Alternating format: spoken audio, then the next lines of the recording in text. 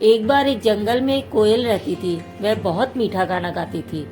उस जंगल में और भी पक्षी रहते थे। एक बार सब पक्षी इकट्ठा हुए। वे कोयल का मजाक उड़ाते हुए कहने लगे कि देखो, यह कोयल कितनी काली है और जरा भी सुंदर नहीं है। तोते का हरा रंग कितना सुंदर लगता है। हंस का सफेद रंग भी बहुत प्यारा होता है और मोर के रंग तो सबसे अद्भुत है। लेकिन इस कोयल का रंग कितना काला है। यह सुनकर सारे पक्षी उस कोयल पर हंसने लगते हैं। इससे कोयल बहुत दुखी हो जाती है और उस जंगल को छोड़कर दूसरे जंगल में चली जाती है। उस कोयल के जाते ही सारे पशु पक्षी चिंता और तनाव में रहने लगते हैं। फूल भी मुरझाने लगते हैं। किसी को समझ में नहीं आ रहा था कि क्या हो रहा है।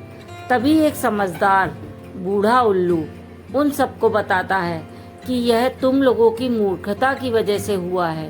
गीत संगीत में अद्भुत शक्ति होती है। यह हमारे तनाव और चिंता को दूर करता है। कोयल ही इस जंगल में गीत गाती थी जिससे चिंता और तनाव आदि दूर रहते थे। लेकिन तुम लोगों ने उसकी कला को ना देखकर उसके काले रंग की निंदा की।